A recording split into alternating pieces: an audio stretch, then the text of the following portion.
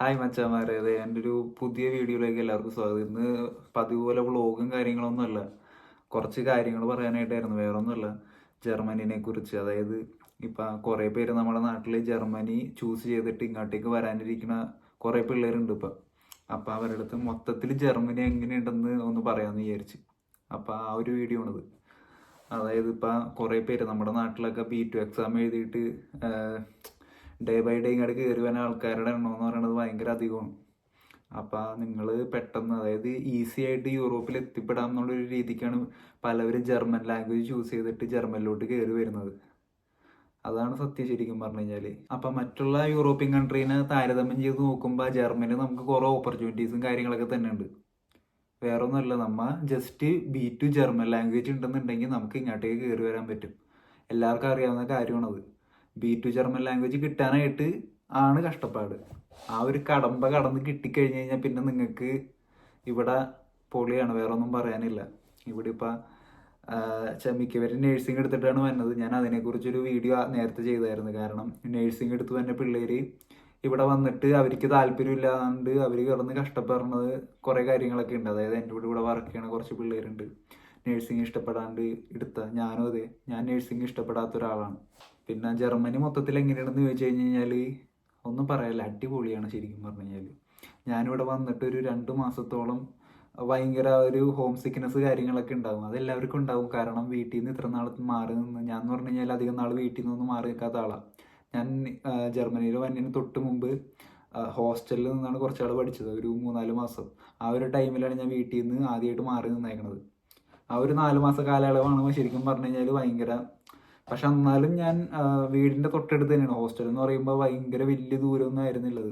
എൻ്റെ വീട് നോർത്ത് പറവൂരാണ്, എറണാകുളം ജില്ലയിൽ. ഞാൻ എൻ്റെ ഹോസ്റ്റൽ എന്ന് പറയുന്നത് എടപ്പള്ളിയിലായിരുന്നു. അപ്പം എനിക്ക് ഇടയ്ക്കിടയ്ക്ക് വന്നു പോകാനുള്ള ഫെസിലിറ്റി ഉണ്ടായിരുന്നു. അപ്പം ഞാൻ വീട്ടുകാരെ ഇടയ്ക്ക് പോയി കാണുമായിരുന്നു. പക്ഷേ ഇവിടെ വന്നിട്ട് ഇത്രയും ദൂരെയാണ്, നിങ്ങൾക്ക് മനസ്സിലാവുന്നത്, ഭയങ്കര ദൂരെയാണ്. അപ്പം നമുക്കിനി വീട്ടുകാരെ പെട്ടെന്നൊരു ആവശ്യം വന്നിട്ട് അവരെ കാണണമെന്ന് തോന്നിക്കഴിഞ്ഞ് കഴിഞ്ഞാൽ നമുക്ക് ജസ്റ്റ് വീഡിയോ കോൾ വിളിക്കാമെന്നല്ലാണ്ട് നേരിട്ട് കാണാനുള്ള ഒരു പരിപാടിയില്ല. നമ്മൾ ഇവിടെ വന്നിട്ട് നമുക്ക് പെട്ടെന്നൊന്നും നമ്മുടെ വീട്ടിലോട്ട് പോകാൻ പറ്റത്തില്ല. അത് ജർമ്മനിയുടെ ഒരു ജർമ്മനി അല്ല, ഏത് രാജ്യത്ത് വന്നു കഴിഞ്ഞാൽ അങ്ങനെയാണ്, അറിയാമല്ലോ. അപ്പം അതുകൊണ്ട് ആ ഒരു കാര്യത്തിൽ കുറച്ച് വിഷമം ഉണ്ടായിരുന്നു 2 മാസത്തേക്ക്. പക്ഷെ അത് കഴിഞ്ഞതിന് ശേഷം പതിയെ പതിയെ ഞാൻ ജർമ്മനി ഇഷ്ടപ്പെട്ട് തുടങ്ങി. പിന്നെ എൻ്റെ വർക്ക് എനിക്ക് അത്ര ഇഷ്ടമൊന്നുമല്ല, അത് ഞാൻ തുറന്ന് പറയാം. അത് എനിക്ക് നേഴ്സിങ് പേഴ്സണലി ഇഷ്ടമല്ലാത്തത് കൊണ്ടാണ് എനിക്ക് ശരിക്കും പറഞ്ഞു കഴിഞ്ഞാൽ ആ ഒരു ഇഷ്ടക്കേടുള്ളത്. അല്ലാണ്ട് വേറെ ഒരു കുഴപ്പമില്ല. ഇപ്പം നിങ്ങൾക്ക് നേഴ്സിംഗ് ഇഷ്ടപ്പെടുന്ന പിള്ളേരാണ് നിങ്ങളെന്നുണ്ടെങ്കിൽ നിങ്ങൾക്ക് ഒരു കുഴപ്പമുണ്ടാവില്ല. കാരണം ഞാൻ കേട്ടത് വെച്ചിട്ട്, ഞാൻ നേഴ്സിംഗ് നാട്ടിൽ ചെയ്തിട്ടൊന്നുമില്ല, ഞാൻ പറഞ്ഞല്ല. പക്ഷേ ഞാൻ കേട്ടത് വെച്ചിട്ട് നാട്ടിൽ നേഴ്സിംഗ് ചെയ്യണതിനേക്കാളും വളരെ വളരെ ഈസിയാണ് ഇവിടെ നേഴ്സിംഗ് ചെയ്യാനെന്നാണ്. കാരണം നമ്മുടെ നാട്ടിലെ പോലെ അല്ല, ഇവിടെ നമുക്ക് കുറേ കാര്യങ്ങൾ ചെയ്യാനായിട്ട് അഡ്വാൻസ്ഡ് ആയിട്ടുള്ള എക്യുപ്മെൻറ്റ്സും കാര്യങ്ങളൊക്കെ ഉണ്ട്. അങ്ങനെയുള്ള കുറേ കാര്യങ്ങളുണ്ട്. നമുക്ക് ജോലി ഭാരം നാട്ടിലെ അപേക്ഷിച്ച് കുറവാണെന്നാണ് ഞാൻ കേട്ടത്. അപ്പം ആ ഒരു കാര്യത്തിൽ ഒരു അഡ്വാൻറ്റേജ് ഉള്ളത് കൊണ്ട് നേഴ്സിംഗ് ഇഷ്ടപ്പെടുന്ന പിള്ളേർക്ക് കുറച്ചും കൂടി എളുപ്പമായിട്ടും കുറച്ചും കൂടി എന്താ പറയുക, നിങ്ങൾക്ക് വളരെയധികം ഇഷ്ടപ്പെടും.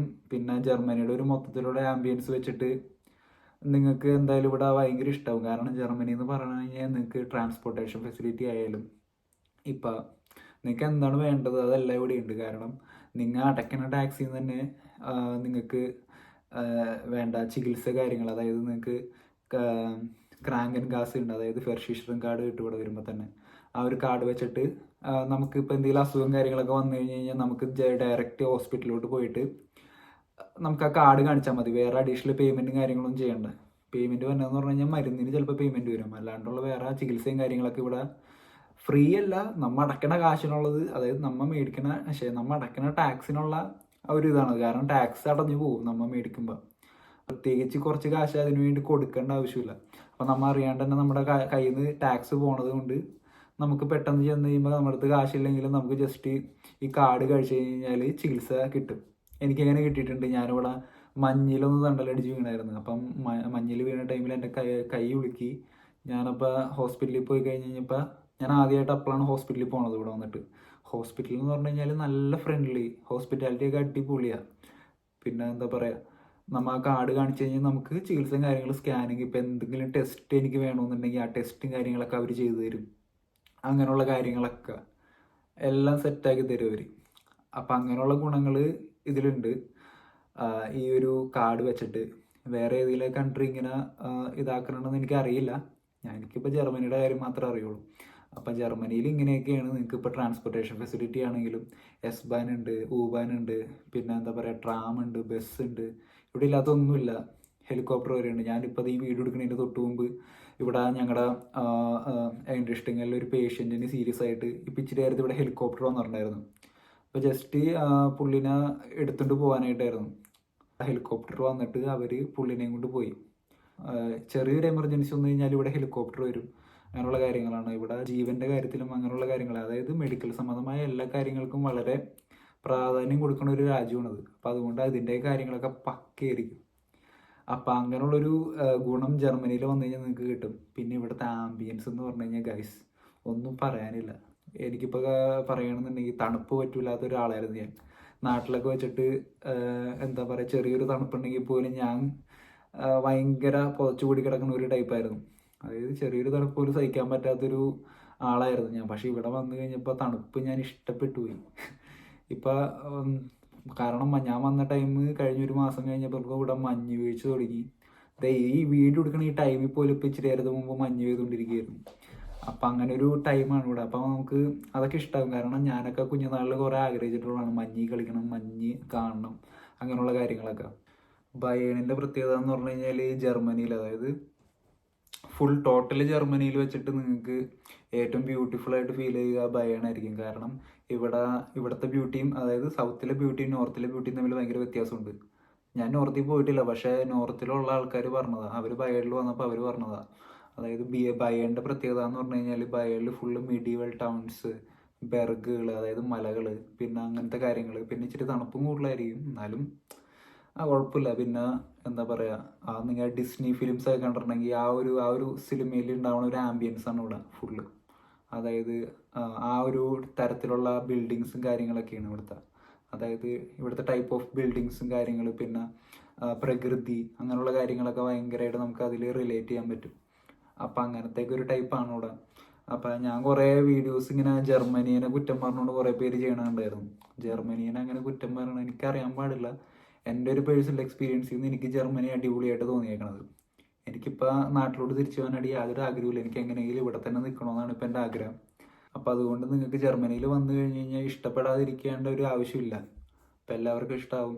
ഇവിടെ ജർമ്മനിയിൽ നിങ്ങൾ വന്ന് തന്നെ അറിയണം മച്ചാന്മാർ. ഇപ്പോൾ B2 എഴുതാനിരിക്കുന്ന പിള്ളേരോടൊക്കെ എനിക്ക് പറയാനുള്ളതെന്ന് പറഞ്ഞു കഴിഞ്ഞാൽ നിങ്ങൾ അത് എഴുതിയെടുത്തതിന് ഗുണമുണ്ടാവും എന്തായാലും. എനിക്ക് അത്ര പറയാനുള്ളൂ. കാരണം ഇപ്പോൾ കഷ്ടപ്പെട്ട് എഴുതിയെടുത്ത് കഴിഞ്ഞ് കഴിഞ്ഞാൽ നിങ്ങൾ ഇവിടെ വരുമ്പോൾ അതിനുള്ള ഗുണം നിങ്ങൾക്ക് കിട്ടും.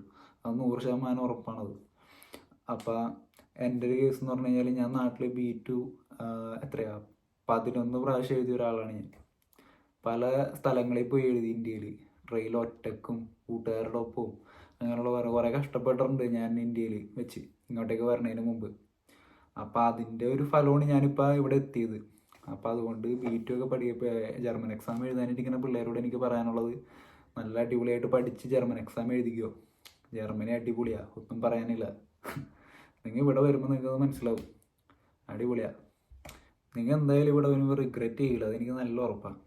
ഇവിടെ വന്നു കഴിഞ്ഞാൽ എന്തായാലും നമ്മൾ റിഗ്രറ്റ് ചെയ്യേണ്ട ആവശ്യമൊന്നുമില്ല നമുക്ക്. പിന്നെ നമ്മുടെ ലാംഗ്വേജ് ഇമ്പ്രൂവ് ആവും. ജർമ്മൻ ലാംഗ്വേജ് ഇവിടെ വന്നിട്ട് ഒരു 3-4 മാസം കൊണ്ട് 3-4 മാസമൊക്കെ ധാരാളം, അത്രയൊക്കെ ചിലപ്പോൾ അതിനുള്ളിലൊക്കെ ഇമ്പ്രൂവ് ആവും, പറയാൻ പറ്റില്ല നമുക്ക്. എൻ്റെ ഒരു കേസിൽ പറയുകയാണെന്നുണ്ടെങ്കിൽ ഞാൻ വന്നിട്ടൊരു 2-3 മാസം കഴിഞ്ഞപ്പോഴേക്കും എൻ്റെ കറക്റ്റ് 3 മാസമായപ്പോഴേക്കും എനിക്ക് ആ പേടി പോയി സംസാരിക്കാനുള്ളത്. ഞാൻ പിന്നെ കൂളായിട്ട് എല്ലാവരോടും സംസാരിച്ചു തുടങ്ങി ജർമ്മനിൽ. ഇപ്പം അങ്ങനെ ജർമ്മൻ സീനൊന്നും ഇല്ല. ഇപ്പം വന്നിട്ട് പെട്ടെന്ന് സെറ്റാവും നമുക്ക്. അപ്പോൾ അതേപോലെ തന്നെയാണ്, നിങ്ങൾ അത്യാവശ്യം ഒരു ബേസ് ഉണ്ടാക്കിയിട്ട് നാട്ടിൽ നിന്ന് ഇങ്ങോട്ടേക്ക് വരാം. അത് കഴിഞ്ഞ് കഴിഞ്ഞിട്ട് ഇവിടെ വരുമ്പോൾ നിങ്ങൾക്ക് അത് ഫ്ലുവൻ്റ് ആക്കി എടുക്കാൻ പറ്റും. അപ്പോൾ ആ ഒരു സെറ്റപ്പാണ് ഇവിടെ ഉള്ളത്. അതുകൊണ്ട് തന്നെ ഇങ്ങോട്ടേക്ക് വരാനിരിക്കുന്ന പിള്ളേരെ നിങ്ങൾ മോട്ടിവേഷനൊക്കെ എന്തെങ്കിലുമൊക്കെ കണ്ട് ഇപ്പോൾ ആരെങ്കിലുമൊക്കെ എന്തെങ്കിലുമൊക്കെ പറഞ്ഞ് പോകേണ്ട ആവശ്യമൊന്നുമില്ല. നിങ്ങൾക്ക് കയറി വേണമെന്നുണ്ടെങ്കിൽ ഇങ്ങോട്ട് വന്നോ, ഒരു കുഴപ്പമില്ല ഇവിടെ. ഇപ്പം എൻ്റെ എക്സ്പീരിയൻസ് മാത്രമല്ല ഇത്, എൻ്റെ കൂടെ വർക്ക് ചെയ്യണ മിക്കവരുടെ, അതായത് ഇപ്പം എൻ്റെ കൂടെ 2 മലയാളികളുണ്ട്, നിങ്ങൾക്ക് അറിയാനും അലക്സും. അപ്പോൾ അവർ 2 പേരുടെ സെയിം ഇത് തന്നെയാണ് അവർക്കും. കാരണം അവർക്ക് ഇവിടെ വന്നിട്ട് വേറെ സീനൊന്നുമില്ല. ഞങ്ങൾക്ക് 3 പേർക്കും ഒരേപോലെ ഇഷ്ടപ്പെട്ടു ഇവിടെ. ജർമ്മനി. അപ്പം നിങ്ങൾ ഇവിടെ വരുമ്പോൾ കുറേ കാര്യങ്ങൾ എക്സ്പീരിയൻസ് ചെയ്യാനുണ്ട് ഇനി. അതായത് നമ്മുടെ നാട്ടിലില്ലാത്തതും ഇവിടെ ഉള്ളതുമായ കുറേ കാര്യങ്ങൾ. ജർമ്മനിയിലെ കൾച്ചറൽ ഷോക്ക് എന്നൊക്കെ ചിലവർ പറയാറുണ്ട്. അതേപോലെ നമ്മൾ ഇവിടെ വരുമ്പോൾ കുറേ കാര്യങ്ങൾ, ഇവരുടെ കുറേ കാര്യങ്ങളൊക്കെ കണ്ട് നമ്മൾ സർപ്രൈസ് ആയി പോകും. കാരണം നമ്മുടെ നാട്ടിൽ യാതൊരുവിധ പരിചയമില്ലാത്ത കുറേ കാര്യങ്ങൾ ഇവിടെ വന്നു കഴിയുമ്പോൾ ഇവന്മാർ കൂളായിട്ട് അതൊക്കെ ചെയ്യണ കാണുമ്പോൾ നമുക്ക് തോന്നും ഇതെന്താണ് ഇവിടെ ഇങ്ങനെയൊക്കെയെന്ന്. പക്ഷേ അതാണ് ജർമ്മനി. ജർമ്മനി മാത്രമല്ല കേട്ടോ, ഈ ഒരു കൾച്ചർ സെയിം കൾച്ചർ തന്നെയാണ് ഇവിടുത്തെ യൂറോപ്പിലും മൊത്തത്തിലുള്ളത്. അപ്പോൾ അതൊക്കെ ഒരു പുതിയ എക്സ്പീരിയൻസ് ആയിരിക്കും നമുക്ക്. പ്രത്യേകിച്ച് നമ്മൾ ഇന്ത്യക്കാരെ സംബന്ധിച്ചിടത്തോളം ഞാൻ പറഞ്ഞ കുറച്ച് കാര്യങ്ങളൊക്കെ പുതിയ എക്സ്പീരിയൻസ് ആയിരിക്കും. അതിവിടെ വന്ന് തന്നെ അറിയണം നിങ്ങൾ. അപ്പോൾ അത്രയൊക്കെ ഉള്ളൂ ഇന്നത്തെ വീഡിയോ. എനിക്ക് ഈ കാര്യങ്ങളൊക്കെ നിങ്ങളോടൊന്ന് ഷെയർ ചെയ്യണമെന്നുണ്ടായിരുന്നു. അപ്പോൾ ഞാൻ അത് കാരണം ഒന്ന് വീഡിയോ എടുത്തതാണ്. എനിക്കാണെങ്കിൽ ഇന്ന് വർക്ക് ഉണ്ടായില്ല, ഇന്ന് എനിക്ക് ഫ്രൈ ആയിരുന്നു. അപ്പോൾ ഇനി എന്തെങ്കിലും ഇൻഫോർമേഷനും കാര്യങ്ങളൊക്കെ നിങ്ങൾക്ക് വേണമെന്നുണ്ടെങ്കിൽ എൻ്റെ ഈ ചാനൽ സബ്സ്ക്രൈബ് ചെയ്ത് കഴിഞ്ഞാൽ വലിയ ഉപകാരമായിരിക്കും. വേറെ ഒന്നുമല്ല, നിങ്ങൾക്കിപ്പോൾ എന്തെങ്കിലും അതായത് പുതിയ കാര്യങ്ങൾ ജർമ്മനിയെ കുറിച്ച് അറിയേണ്ടവരിക്കും. പിന്നെ അങ്ങനെയുള്ള കുറേ കാര്യങ്ങളൊക്കെ ഞാൻ ഈ ചാനൽ ചെയ്യാറുണ്ട്. അതായത് പുതിയ ഇൻഫർമേഷനും കാര്യങ്ങളും നിങ്ങൾക്ക് അറിഞ്ഞിരിക്കേണ്ട കുറേ കാര്യങ്ങൾ വേണ്ടവർ ചാനലും സബ്സ്ക്രൈബ് ചെയ്തേക്കാം. എന്നാൽ ശരി എന്നാൽ. അപ്പോൾ അടുത്ത വീഡിയോ കാണാം. ഓക്കെ.